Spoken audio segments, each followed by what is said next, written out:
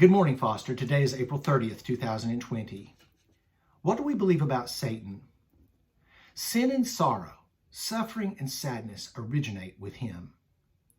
The oldest question in human history and the most profound is, if God is so good and has all power, why does he not eliminate the source of all this pain?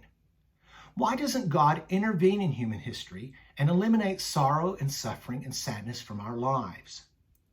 This is the oldest question in history, and it's answered in the oldest book of the Bible, in the very first chapter. In Job chapter 1, Moses describes a man from Uz named Job. He describes him as being blameless and upright, fearing God and turning away from evil. And he was blessed. He had 7 sons, 3 daughters, 7,000 sheep, 3,000 camels, 500 yoke of oxen, 500 female donkeys, servants without number. He is called the greatest of all the men of the East.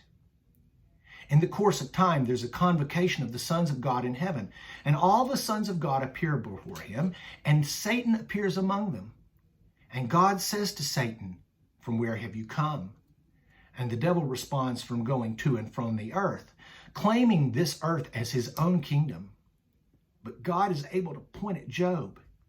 He says, "Have you considered my servant Job? He's blameless, upright, fearing God, turning away from evil."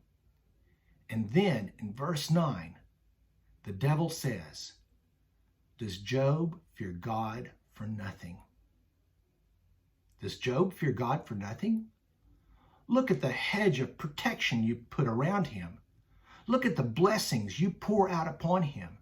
Does Job fear God for nothing?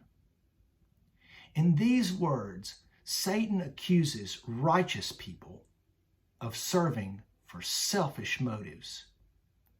And in doing this, Satan is pointing at God himself, saying, "Even you, O God, have selfish motives underlying everything that you do."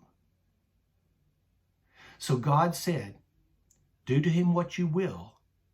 He will not reject me, because my spirit has moved in his life, and he doesn't serve from selfish motives any longer."